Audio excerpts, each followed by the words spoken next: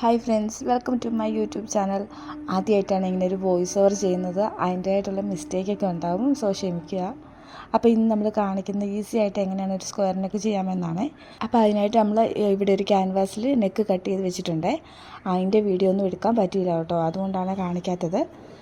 അപ്പോൾ നമ്മൾ നമ്മുടെ ടോപ്പിൻ്റെ സെൻറ്റർ പോയിൻ്റ് മാർക്ക് ചെയ്യുക. അതിലേക്ക് നമ്മുടെ ഈ കട്ട് ചെയ്ത് വെച്ചിരിക്കുന്ന ക്യാൻവാസിൻ്റെ സെൻറ്റർ പോയിൻ്റ് വെച്ചിട്ടൊന്ന് പിൻ ചെയ്ത് കൊടുക്കുക. അല്ലെങ്കിൽ സെൻറ്ററിൽ കൂടെ ഒരു സ്റ്റിച്ചിട്ട് പോയാൽ മതി. അതിനുശേഷം നമ്മൾ ക്യാൻവാസിൽ ടച്ച് ചെയ്യാതെ അരികത്തൂടെ സ്റ്റിച്ചിട്ട് പോവുക. ഫുള്ളായിട്ട് സ്റ്റിച്ച് ചെയ്യുക.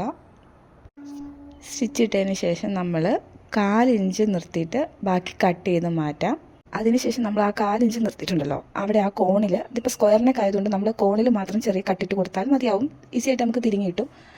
വേറെ ഇപ്പോൾ നെക്കൊക്കെ ആണെങ്കിൽ നമ്മൾ ഫുള്ളായിട്ട് കട്ടിട്ട് കൊടുക്കണം. പക്ഷേ എൻ്റെ ഒരു സമാധാനത്തിന് ഞാൻ ഫുള്ളായിട്ടൊന്ന് കട്ടിട്ട് കൊടുക്കും, എന്നിട്ടേ തിരിച്ചിടുള്ളേ.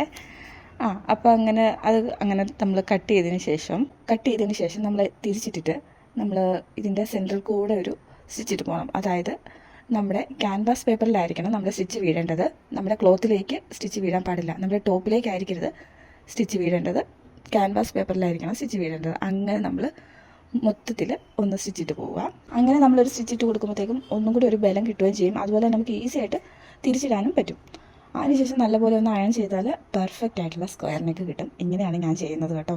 എല്ലാവർക്കും സ്റ്റിച്ച് ചെയ്യുന്ന എല്ലാവർക്കും തന്നെ അറിയായിരിക്കും. പിന്നെ അറിയാത്തവരുണ്ടെങ്കിൽ അവർക്ക് യൂസ്ഫുൾ ആവും എന്ന് വിചാരിച്ചിട്ട് കേട്ടോ. അപ്പോൾ ശരി, ഇതുപോലുള്ള വീഡിയോസൊക്കെ ഇഷ്ടമാണെങ്കിൽ നമ്മുടെ ഈ ചാനൽ ഒന്ന് സബ്സ്ക്രൈബ് ചെയ്ത് സപ്പോർട്ട് ചെയ്യണേ. അപ്പോൾ അടുത്ത ഒരു വീഡിയോയിൽ കാണാം. ബൈ.